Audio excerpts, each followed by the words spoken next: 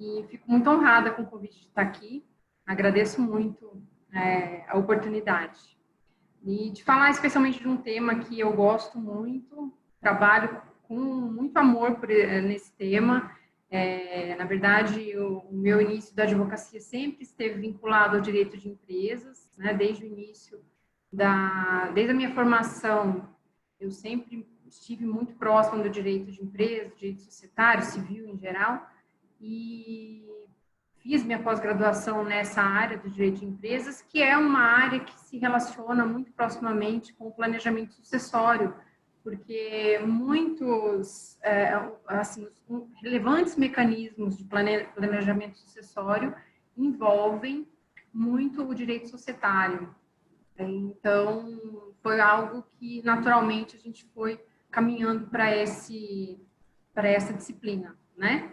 E o planejamento sucessório, por mais que seja bastante autoexplicativo, né? Planejamento de sucessão é algo bastante explicativo, ele não é algo simples de explicar, porque, na verdade, ele é um procedimento multidisciplinar que envolve aí contadores, advogados, gestores de risco, porque, na verdade, é um conjunto de medidas, né, decisões, providências, que o titular do patrimônio vai adotar para fins de distribuir a sua herança e possibilitar com isso a continuidade, a perpetuação do seu patrimônio, certo? Então, faz toda a diferença que o titular desse patrimônio faça a gestão disso, não apenas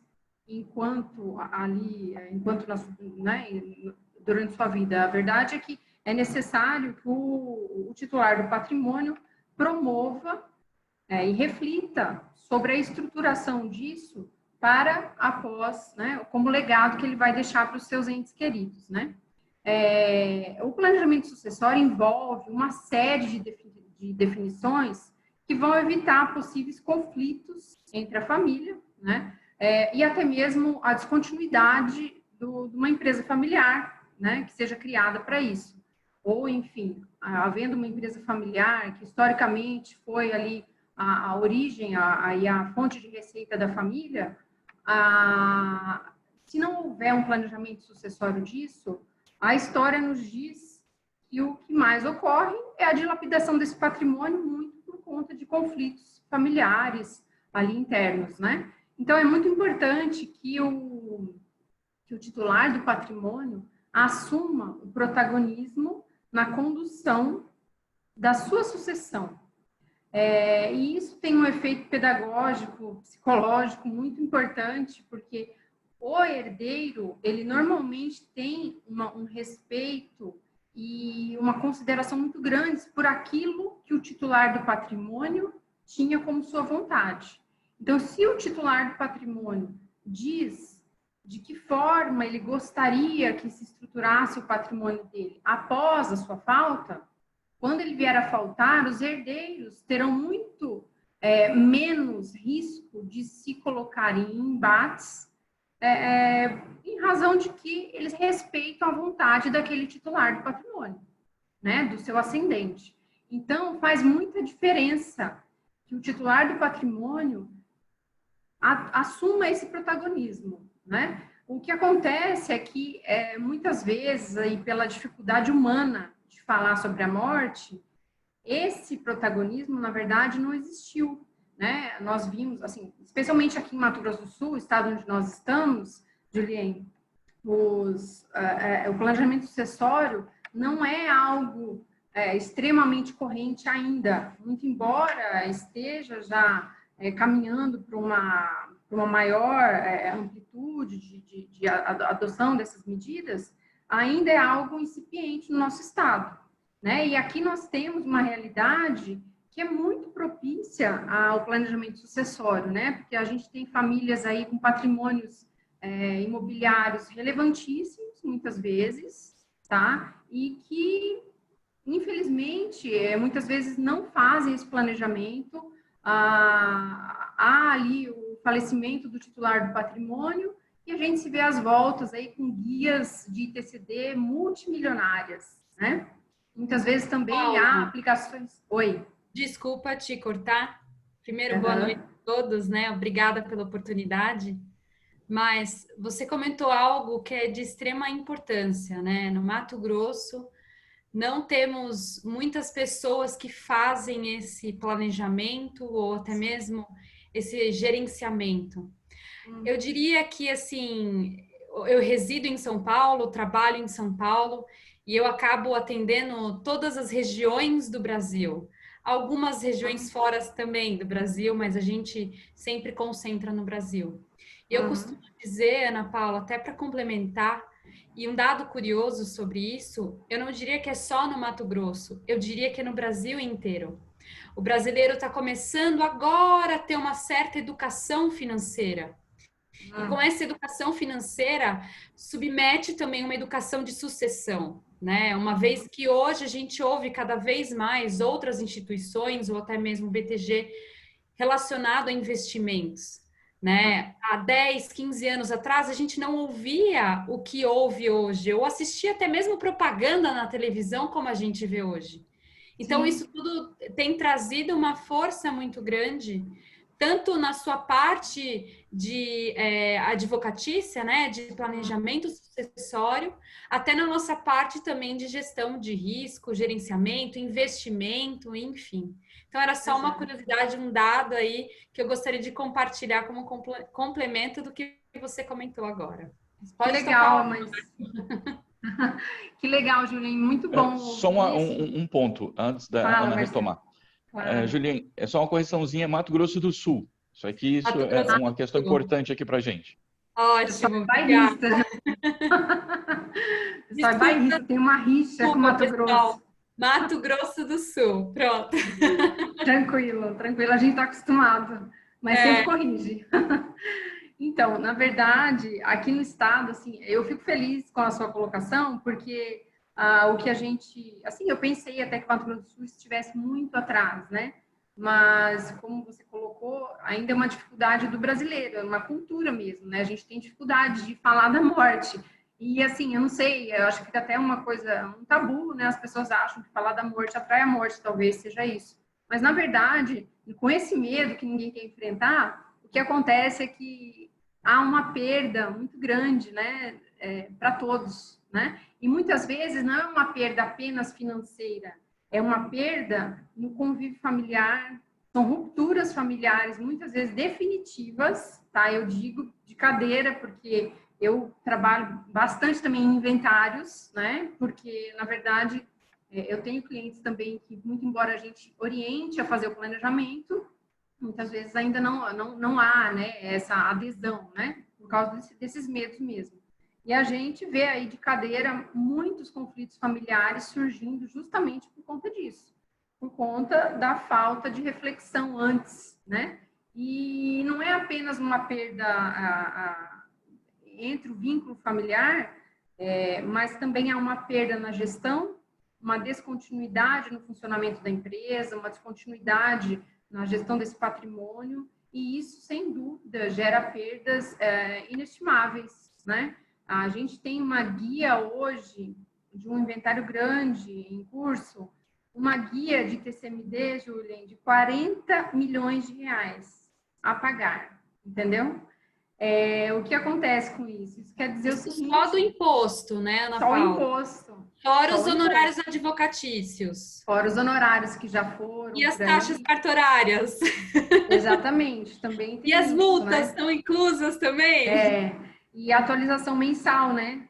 Tem Sim. uma atualização mensal ali que dá uma centena de milhares de, algumas centenas de milhares de reais por mês na atualização dessa guia, né? E o que acontece é o seguinte: se não se programar, não vai ter o recurso para arcar com isso, certo? Ninguém tem. Assim, normalmente as pessoas não têm um dinheiro absurdo em aplicação para colocar integralmente no pagamento de um imposto, né? Então, assim, eu acho que a problemática do planejamento sucessório é bem claro que, assim, ele não tem defeitos, ele só tem proveitos. Ele não tem desvantagens, ele apenas tem vantagens para quem o aplica, certo? Porque o que acontece? Por que faz? Para que fazer o planejamento da sucessão? Ora, é simples.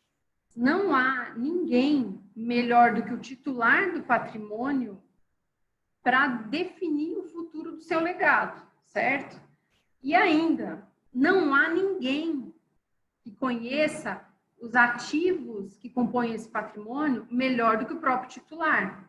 Também não há ninguém melhor do que o titular do patrimônio que conheça a característica dos seus herdeiros, certo? As aptidões de cada um, a vocação de cada um, as fragilidades de cada um. Eu tenho casos em que um cliente tinha muito claro que um filho tinha facilidade na gestão de negócios e o outro filho tinha muita dificuldade na retenção de recursos. Era uma pessoa que tinha dificuldade em manter valores. Ele acabava dilapidando. Então, o planejamento surge justamente como uma ferramenta para evitar essas perdas e para que você destine ao seu herdeiro aqueles bens que melhor lhe aproveitarão, certo? Que melhor atenderão a característica individual dele. Então, a gente vê isso como algo muito positivo. Na verdade, é algo que determina, muitas vezes, o sucesso da família, a continuidade de um negócio importante, a preservação de um patrimônio, né? E outra, não fazer o planejamento frequentemente coloca os herdeiros em rota de colisão. Então, se o titular não estabelece o que ele entende que é o ideal, se ele não coloca isso como vontade dele, é muito provável que ele coloque os herdeiros dele em rota de colisão. E isso é notório, né? Público e notório. Todos nós já vimos aí inventários que, não raro, se arrastam por décadas, anos, muitos anos, né? E, na verdade, se arrastam por isso, muitas vezes, por causa de algo muito pequeno, né? Briga-se por causa de semoventes, por causa de um número ali pequeno, e pequenezas, muitas vezes, né? Geram essas discórdias, né? E assim, além do planejamento envolver todas essas medidas patrimoniais, no que toca ativos imobiliários, muitas vezes relevantes aqui para o nosso estado, é algo bem sintomático, né? No nosso estado, a gente tem famílias com patrimônios imobiliários muito relevantes, mas também há famílias que têm ali aplicações relevantes, investimentos relevantes, e não sabem como gerenciar isso de uma maneira que permita uma sucessão tranquila e que também, muitas vezes, permita uma segurança na hora da falta desse titular, desse valor, né? Muitas vezes, com a falta do titular, apressa-se em captar recursos, sacar recursos de forma desordenada, e isso também vai causar uma dilapidação, né? Uma perda desses valores, né? Sobre isso, a gente tem aí justamente o nicho de mercado da Julien, né, Julien? Eu acho que você pode falar melhor de que tipo de soluções financeiras, né, existem disponíveis hoje para possibilitar uma sucessão mais tranquila, né? Perfeito. Antes de passar para a Julien, Ana, eu queria fazer um comentário. Acho que o patrimônio construído ao longo de uma vida, principalmente pela família como um todo e principalmente pela liderança de um patriarca ou de uma matriarca, é motivo de orgulho e satisfação, e isso deveria se constituir num motivo de união e perenidade desse patrimônio dentro da família, não um motivo de conflito e discórdia como é o mais comum de a gente ver. E se a gente olhar um pouco da história e olhar as famílias centenárias, que aí estão as gerações e mais gerações prosperando, elas têm um processo de sucessão familiar ou de sucessão patrimonial muito bem desenhado, muito bem conduzido. E as famílias que não se preocupam com isso, recentemente a gente teve, foi ano passado, não é tão recente assim, tivemos acesso a uma pesquisa que 9 em cada 10 famílias não conseguem transmitir patrimônio para a terceira geração, muito em função dessa falta de planejamento, dessa falta de condução de um processo de sucessão. Agora sim, Juliane, passo a palavra para você. Obrigada, Marcelo. Eu costumo dizer que o planejamento sucessório, né, ele é um ato de amor. É alguém se preocupando em deixar já provisionado e sem preocupação nenhuma para o sucessor, no caso, para evitar realmente dilapidação patrimonial, né? Quando a gente fala sobre gestão de risco, na verdade, a gente fala muito sobre gerenciamento de risco. Não existe nada que a gente possa fazer, né? A gente pode ajudar a não criar atritos familiares, mas eu acredito que a Ana, que está aqui, nossa advogada da live, pode dizer que mesmo algumas vezes tendo essas situações, a gente tem alguns atritos familiares, sim.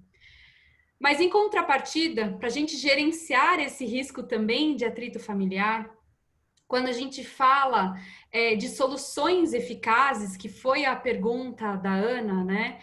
A gente traz nunca soluções eficazes de prateleira. São sempre soluções, nunca é uma receita de bolo, sempre uma solução muito personalizada. Porque cada cliente é um cliente, cada família é uma família, cada patrimônio é um patrimônio. Existem, no caso, produtos aos quais a gente consegue gerir mais o risco, né? Como produtos que trazem uma alavancagem financeira imediata, como seguro de vida, ou em alguns momentos também cliente que não tem ou já tem alguns aportes de previdência e pode trazer que foi, na verdade, aportes financeiros voltado para a sucessão patrimonial e não para acúmulo financeiro de terceira idade, ou até um restinho daquele acúmulo financeiro de terceira idade que o próprio cliente, né, deixou para um beneficiário até para ajudar na constituição desse pagamento de impostos. Existem várias modalidades que a gente consegue gerir esse risco para que não tenha todos esses impasses e dessabores que a própria Ana comentou aí no começo da nossa live. Eu diria que uma das ferramentas mais inteligentes para a gente fazer essa sucessão patrimonial e até uma sucessão empresarial com menor custo tributário, redução fiscal, a gente por assim dizer, eu diria que seria o seguro de vida, né? Eu sou consultora consultora na área de seguro de vida também. A gente entende mais uma vez cada caso um caso e direciona o cliente sempre para o que ele precisa, né? Mas a liquidez imediata para essa alavancagem financeira, eu diria que seria a ferramenta do seguro de vida, principalmente porque ela é inalienável, inafiançável, impenhorável, não tem alcance jurídico e também não tem alcance de imposto. Ou seja, além de tudo isso, o beneficiário ele é livre, não vai a legítima, né? Não é uma regra legítima. Uhum. Exatamente. Sim, respondida a pergunta? Ficou claro? Mas tem uma outra pergunta, Julie. Lógico. Assim, eu também já atendi clientes que muitas vezes têm preocupação com a excessiva liquidez, né? Eles não querem que os herdeiros, imediatamente após a sucessão, tenham acesso à integralidade de valores, né? Quando há valores expressivos, enfim, eles têm muita preocupação com que esses herdeiros tenham alguma trava, né? Através de fundos, né? De forma que o resgate, enfim, a liberação de valores ocorra de forma gradual, de forma anual, ou, enfim, semestral, né? Que tipo de solução que existe nesse âmbito no Brasil? A gente tem soluções de pagamento em benefício, tanto por renda, ou seja, se o dono, né, da pólice no seguro de vida, ou até mesmo da previdência privada, quer que o familiar ou a quem ele indicou receba por forma de renda, não tem problema nenhum. Lógico que a gente vai calcular qual seria esse valor de renda que ficaria para o beneficiário. Olha, eu gostaria geralmente, Ana, eu vou até brincar, tá? Mas geralmente, mulheres não fiquem bravas comigo, mas geralmente os homens fazem isso pensando para que a mulher tenha uma renda ao longo de um período de 20, 15 anos. Né? Então, a gente fala aí, olha, calcula-se todo o valor de capital que tem lá dentro, no caso de seguro de vida ou no caso do fundo de previdência que está lá. Então, calcula-se isso, a gente divide proporcionado ao ano. Se o dono dessa pólice, o dono desse fundo de previdência, quiser que seja a todo mês, né? Por exemplo, todo mês 10 mil reais, sem problema nenhum. Não, a cada 6 meses, 60 mil reais, sem problema nenhum. Ou até mesmo num formato anual. Não tem problema. O que a gente sempre tem que identificar, e sempre quando a gente conversa, mais uma vez, por não ser produtos de prateleira, é entender e gerenciar esse risco também. Né? Dado de que na ausência precoce ou não dessa pessoa, que seja um pilar financeiro ou até mesmo essa pessoa que ela detém a maioria dos valores de bens que podem ser imobilizados ou não, a gente tem que saber gerenciar o risco, o restabelecimento de vida financeiro das pessoas que vão ficar.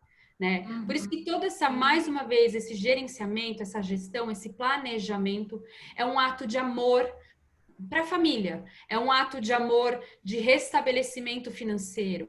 Eu digo que o restabelecimento emocional a gente não pode fazer muito, mas o restabelecimento financeiro a gente consegue, pelo menos por um período, fazer esse plano de contingência, dar aquele momento de suspiro para o familiar, né? Quando eu digo momento de suspiro de familiar, mais uma vez, a única ferramenta que traz alavancagem em D0. Então, suponhamos que eu tenho um patrimônio de 5 milhões de reais e venho a falecer. Vou usar meu exemplo próprio. Eu tenho 2 filhos, né? Meus filhos são menores de idade. Em contrapartida, sendo menor de idade, eles não vão ter esse alcance. Quer dizer, como que eles vão fazer essa partilha de bens, né? Ou melhor ainda, ter esse restabelecimento financeiro. Então, a legítima seria, de fato, meu esposo e os meus filhos. No meu falecimento, em D0, se eu não tivesse nenhum planejamento financeiro, eles não teriam alcance de 1 milhão de reais imediato, porque estaria tudo em meu nome. Né? Estando tudo em meu nome, assim como a Ana comentou, como que a gente vai somente pagar, ter acesso ao bem? Não tem como ter acesso ao bem, né? O governo é o nosso maior aliado, ou melhor, o nosso maior sócio, e a gente tem que pagar a partilha dele, né? Para sim ter esse acesso. Agora, Ana, até aproveitando e utilizando da sua expertise, a gente tem um período para esse pagamento também, né? Existe, senão começam multas. Se eu não me engano, é de até 90 dias, correto? Difere muito em razão de cada estado, a legislação é estadual, né? No nosso estado aqui, a gente tem um prazo de 60 dias para requerer o inventário de bens, né? Se o titular falece sem nenhum tipo de planejamento, a gente tem ali 60 dias para requerer o inventário, e se for judicial, esse patrimônio vai ser avaliado pelo setor de TCD do Estado e eles vão lá arbitrar, né, o valor que eles entendam que é o valor de avaliação. No nosso Estado, esses valores hoje se colocam praticamente ou o valor de mercado ou acima, né? A gente está sofrendo aí com bastante questionamentos junto ao setor de TCD, porque o valor de pauta que o Estado de Mato Grosso do Sul usa hoje é um valor que muitas vezes supera o valor de mercado.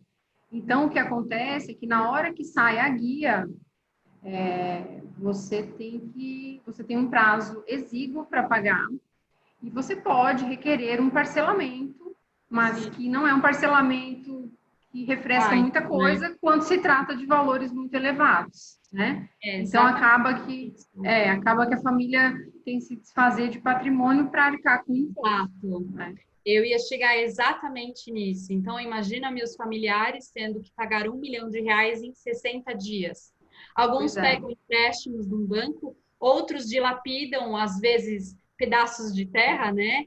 Fazendas, imóveis, ou até mesmo tiram tudo que tinham como plano B, até mesmo de suas previdências, que é para sua fase de acumulação, para poder ter acesso a esse patrimônio. Esse acesso conseguir desbloquear e assim fazer as partilhas dos bens, tanto para os meus filhos quanto para o meu esposo.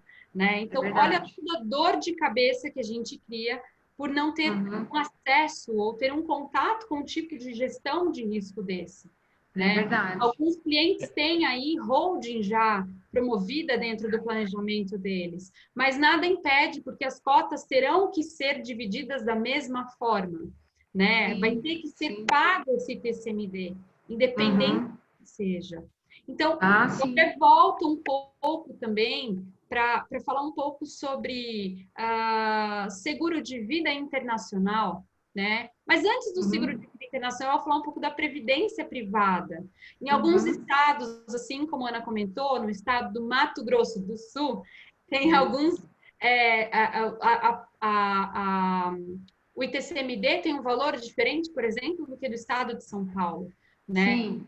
Assim como tem essa diferença, tem alguns estados que já estão colocando no ITCMD a previdência privada.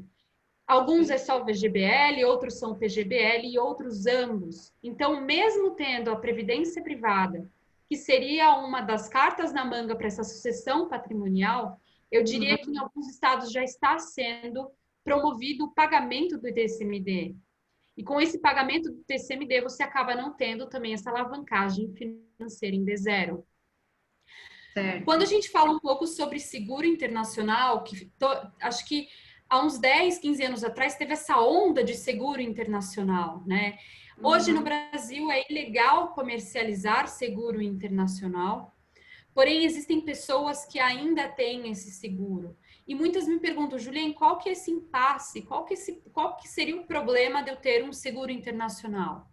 Eu diria que o seguro internacional ele é muito bom para quando você tem imóveis, residência fiscal fora, né? Uma vez que você também tem que fazer partilha lá fora. E aí aquela alavancagem financeira vai ser para partilha do país ao qual tem essa residência. Em contrapartida, você também tem que ter, se continuar tendo residência no Brasil, também tem que ter essa alavancagem financeira no país onde você migra, né? Brasil, muitas vezes Brasil e Estados Unidos, a gente tem brasileiros que têm muitos bens nos Estados Unidos. Em contrapartida com tudo isso, se o cliente tem só um seguro internacional e não tem residência fiscal fora, não tem patrimônio fora, quando ele vem a falecer, o beneficiário, ele tem que entrar com toda uma atitude burocrática, até mesmo eu diria, de tradução juramentada, enfim, para retirada desse dinheiro. Além de que ele não vai ter a liquidez imediata, né, que ele tanto necessita. Ele vai precisar passar por essa burocracia, ele vai precisar, muitas vezes, abrir uma conta fora. Algumas pessoas têm que ir até o país, quer dizer, ela já está complicada aqui, passando por, talvez, uma necessidade financeira aqui, para ter esse alcance de alavancagem financeira, e ela tem que ir ainda dispor de um fundo de reserva que ela tem para retirar o dinheiro que está lá. E quando a gente retira um dinheiro e traz para o Brasil, a gente tem que pagar o imposto ainda sobre isso. O que se tivesse no próprio país, como benefício livre, não paga-se imposto, né? Então, essa é uma das grandes diferenças. E, mais uma vez, com toda essa personalização, a gente consegue, sim, direcionar para cada produto. Tem clientes que precisam de 4 produtos diferentes. Tem clientes que precisam de uma previdência, de um seguro de vida e outra, além do mais, né, disponibilizar ainda de um capital, de um fundo de reserva, num fundo de investimento, que aí o Marcelo entraria muito bem em toda a história. Né? Verdade. Então, a gente tem que comportar tudo isso como uma cesta de ovos. que é a cesta de ovos que vai trazer aí um ativo para que proteja de fato. Eu não gosto muito da palavra blindagem, porque a blindagem submete aquela sensação de que nunca vai ter problema nenhum. E mais uma vez, a gente pode sim ter problemas, mas a gente vai gerenciar esses problemas. Esses produtos são produtos ao qual eles vão comprar o melhor. Vão comprar, de fato, né, o problema do cliente. É verdade. Eu também não gosto desse termo blindagem patrimonial, porque ele passa uma ideia ilusória, né? Parece um cenário muito ideal. E, na verdade, em planejamento, a gente nunca fala em ideal, e nem em padrão, e nem modelo, né? A gente fala em formatos que atendam à estruturação familiar daquela família, daquele grupo, né? Então, muitas vezes, a gente tem ali uma dinâmica muito particular, né, de cada família. A gente atende a situações extremamente distintas, né, e que acaba que a gente tem que adotar não só as soluções financeiras que você colocou, mas muitas vezes várias modalidades de mecanismos para planejamento sucessório. Por exemplo, a doação em vida, né? A doação em vida, por mais que ela seja uma opção muito singela, né? É uma opção, em princípio, você vai ali arcar com um imposto de doação, certo? Mas aqui no nosso estado, por exemplo, Julie, esse imposto da doação em vida, a alíquota dele é a metade da alíquota da transmissão causa-mortes. Então, já é um planejamento em que você gasta a metade do que gastaria num inventário regular. Então, já é um planejamento, né? É singelo, não precisa de grandes estudos para fazer. Se o titular quiser, não, eu quero só doar e gravar com as cláusulas de proteção, ok, é uma forma de se fazer. Contudo, também é oneroso, porque são 3%, aqui em Mato Grosso do Sul, por exemplo, são 3% do valor venal dos imóveis, dos bens, né? Dos ativos, seja lá quais forem, né? Podem ser, inclusive, ativos financeiros. Contudo, na doação, a gente tem também mecanismos bastante robustos de proteção do patrimônio, porque como se trata de um ato de liberalidade, de graciosidade do doador, o legislador permite que ele imponha cláusulas de proteção a esse patrimônio, né? Então, ali, você pode gravar com a cláusula de incomunicabilidade para proteger os herdeiros de casamentos desfeitos ou de maus casamentos, né? Então, aquele bem recebido por doação, ele é incomunicável, né? Ele não se comunicaria num caso de divórcio com o cônjuge, certo? Houve o divórcio, mas o cônjuge não vai ter direito a partilhar nada relativo a esse bem, inclusive frutos, tá? Ele não vai poder partilhar isso. Também pode impor a doação com cláusula de inalienabilidade, ou seja, não pode alienar o bem por um período definido, porque o STF já entendeu que a inalienabilidade pura e simples e definitiva não existe. Então, a gente tem que colocar ali um prazo para inalienabilidade e pode doar também com cláusula de impenhorabilidade, que, a meu ver, é a proteção mais robusta que um doador pode ter em face dos seus herdeiros, porque a impenhorabilidade, ela é uma proteção que vai evitar, mesmo que esse herdeiro vier a contrair dívidas, esse patrimônio que ele recebeu com cláusula de impenhorabilidade não irá responder por essas dívidas. E, a meu ver, eu acho que todo mundo concorda que isso é uma proteção que quase nada vai lhe dar, né? Então, é interessante. Entretanto, a doação em vida também é onerosa, mas muitas vezes há necessidade de se fazer. Eu atendi esses dias um caso em que o cliente, ele teve um casamento lá atrás, ele se divorciou, porém não partilhou bens, e ele passou a conviver em união estável com uma segunda pessoa depois desse divórcio. E o que acontece? Ele tinha uma partilha para fazer aqui atrás, porque ele não fez a partilha desse casamento que ele findou, e a partir do momento que ele passou a conviver em união estável com essa segunda pessoa passou a ter direito sobre esse patrimônio angariado depois do casamento. certo? E em caso de divórcio, né? Em caso de separação deles, ela tem direito a essa ameação. Para resolver ali, a gente tinha que fazer 2 partilhas ao mesmo tempo, praticamente, e usamos a ferramenta da doação. Ao mesmo tempo, a gente pode adotar aí outras figuras, por exemplo, o testamento, né? Que o testamento é a figura mais clássica que a gente tem aí de planejamento sucessório. Contudo, o testamento também é bastante oneroso, porque, no final das contas, não vai ensejar nenhuma redução do custo da transmissão, apenas vai consolidar ali a vontade do testador, certo? Então, na verdade, assim, financeiramente não resolve o problema, mas já é uma forma de pacificar aquilo que o titular queria que se fizesse com o seu patrimônio.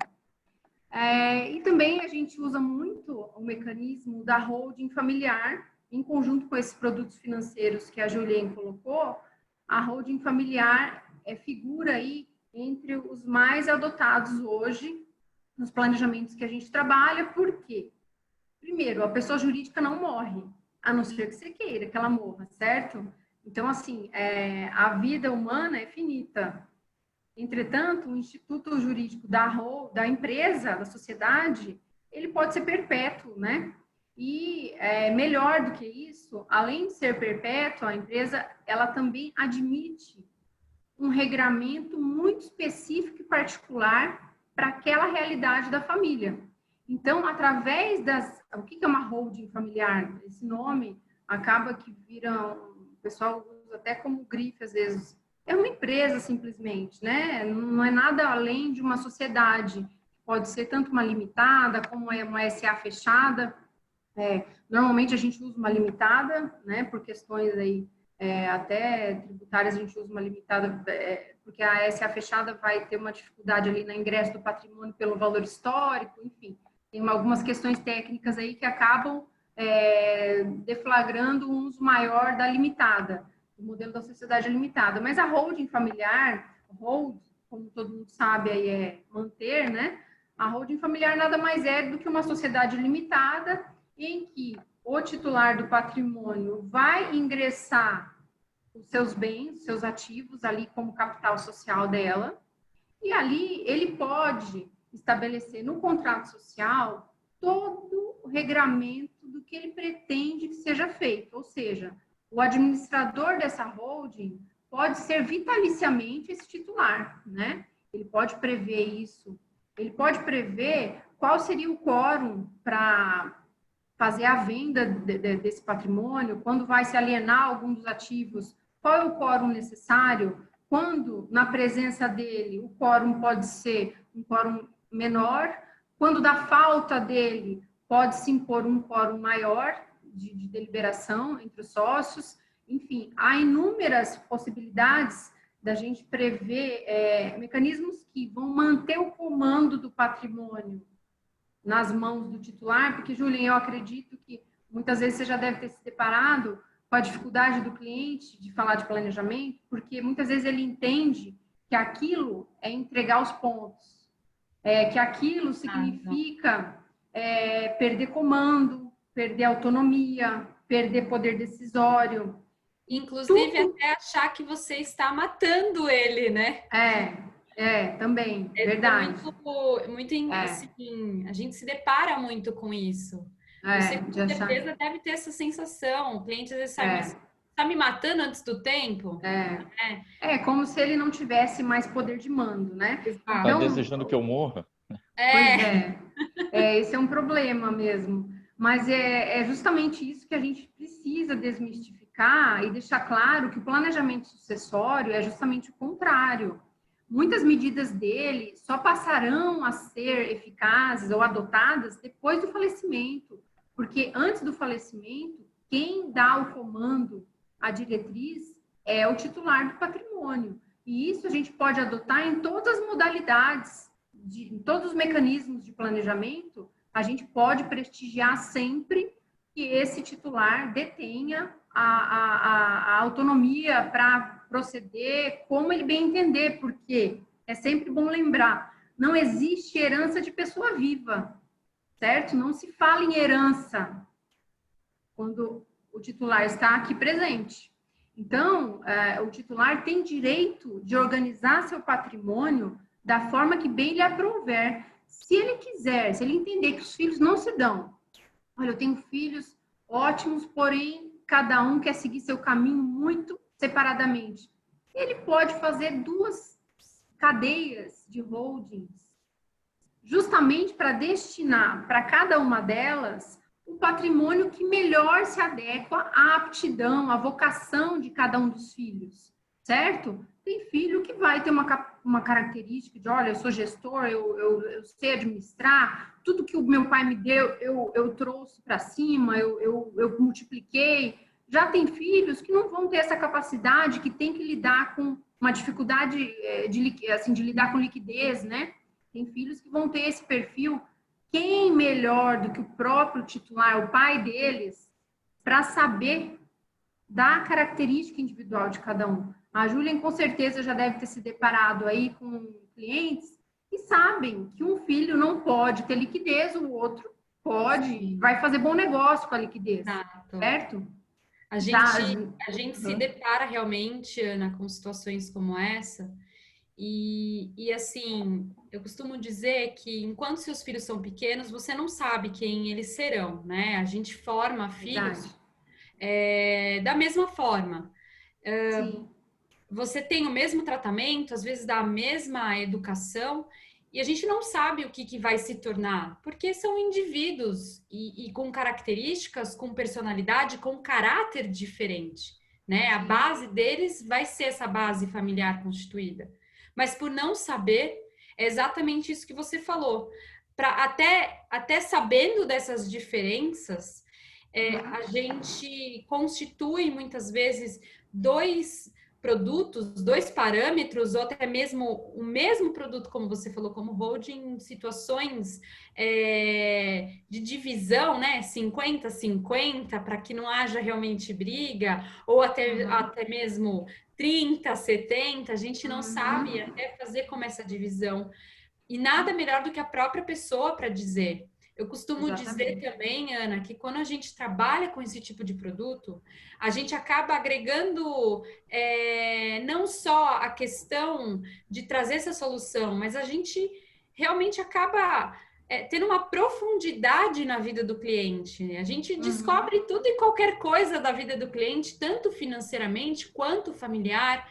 Quantas vezes o cliente às vezes vem e fica sentimental na relação da família, ou eu costumo dizer que às vezes fala até um pouco mais, fala que tem aí uma terceira pessoa num relacionamento, a gente acaba descobrindo, até porque existe uma preocupação da pessoa para que não haja dilapidação desse patrimônio.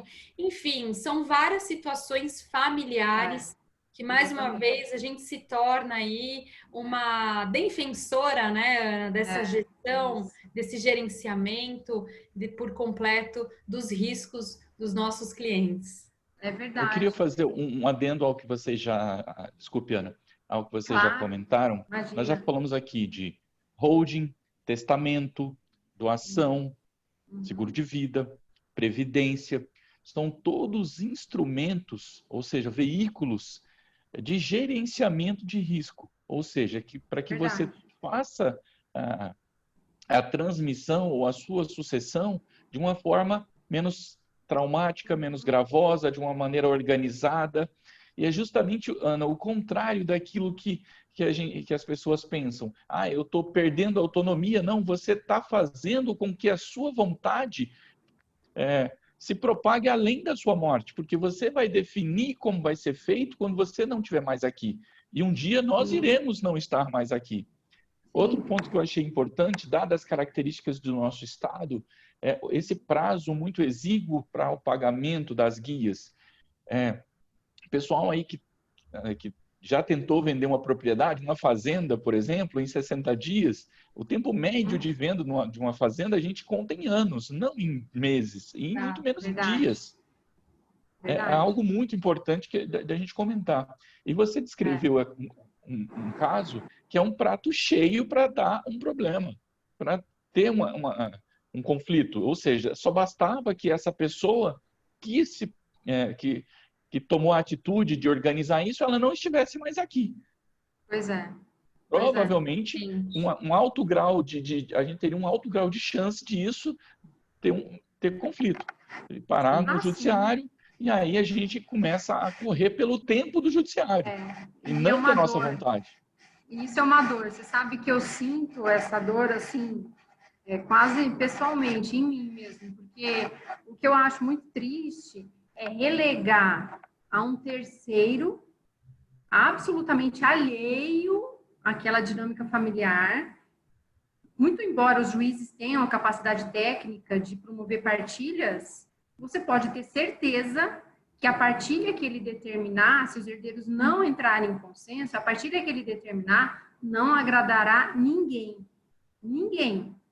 Então, a tristeza do inventário judicial é exatamente essa, porque você atribui, você relega a um terceiro absolutamente impessoal, distante daquela família, distante daquela realidade, uma decisão que poderia, assim, ter sido tomada pelo titular, certo? O titular, sabendo a característica do seu patrimônio, sabendo o que rende esse patrimônio, qual que é a vocação desse patrimônio, qual a vocação de cada filho, ele faria uma transmissão acertada, eficaz, que poderia gerar herdeiros que não são apenas herdeiros, que serão empreendedores com aquilo, certo? Ana Paula, eu complemento até que além de eficaz, existem produtos que trazem redução fiscal, até mesmo para ele. Além de redução fiscal, uma redução também nesse planejamento sucessório. Dado de que, ao invés do cliente ter que disponibilizar, mais uma vez o exemplo que eu interessante a gente mencionar que nesse caso, Julien? Tô aqui, tô ouvindo você. Voltou? Eu acho que é interessante a gente, nesse caso de sucessão patrimonial, de gerenciamento de risco, a gente lida com pouquíssimas certezas que a gente tem na vida, que é a morte e os impostos. Sim. Que você vai pagar os impostos é certeza. Sim. Se você se planejar, você vai escolher pagar bem menos. Exato. E se você não se planejar, você vai escolher pagar mais. É uma escolha que está em suas mãos. Outra coisa, pessoal, que é importante... Sim, Julinho. Pode continuar, Marcelo, desculpa. Estou com um certo delay, mas pode continuar. Era isso. E também, quando o papo é bom, passa bem rápido o tempo. Nós já estamos com 50 minutos. Coitado das pessoas que estão aqui ainda. Gostaria de deixar aberto para perguntas. Se vocês quiserem, pessoal, vocês podem abrir o microfone ou digitar no chat que a gente transmite aqui para as nossas especialistas de hoje.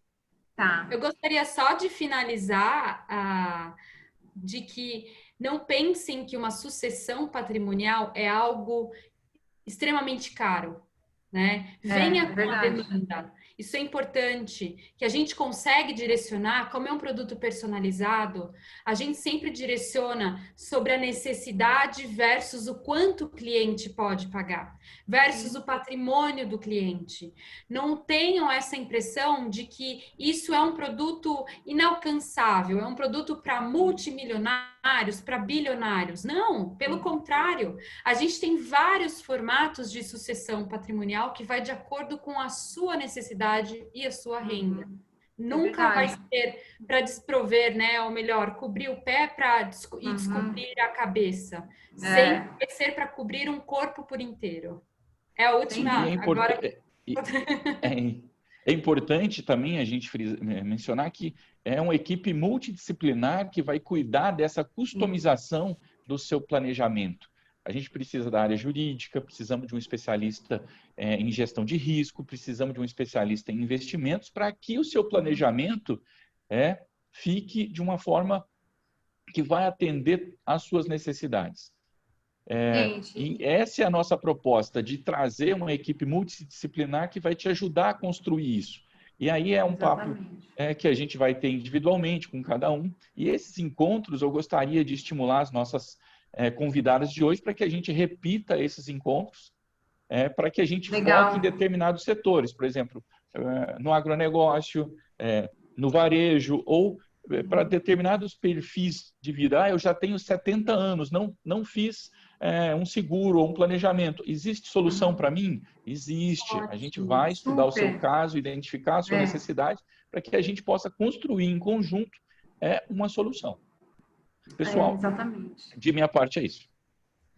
Legal. Eu só queria dar uma última palavrinha aqui, que tem muito a ver com o que a Juliane falou, que é sobre essa questão de ser algo inatingível ou ser algo para grandes fortunas. Na verdade, o planejamento é mais importante ainda quando os recursos são aquele recurso suado mesmo, né? A pessoa angariou aquele patrimônio que hoje lhe serve ali como, às vezes, moradia, enfim, esse patrimônio está descoberto. O planejamento sucessório também serve para proteger esse tipo de situação, né?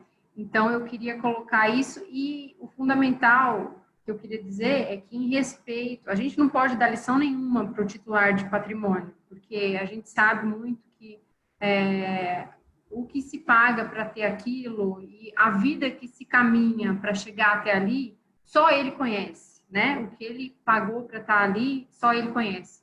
Então, a gente não dá receita nenhuma, a gente só quer que ele se sinta contemplado com o comando perene daquilo que ele conquistou, né, e que ele não tenha receios, né? Eu acho muito importante não ter receios da perda de comando, perda de gestão, porque, felizmente, no ordenamento jurídico brasileiro, nós temos instrumentos, mecanismos para manter a gestão tranquilamente na mão do titular do patrimônio, e, inclusive, temos mecanismos para excluir sócios que estejam prejudicando esse intento de manter o comando.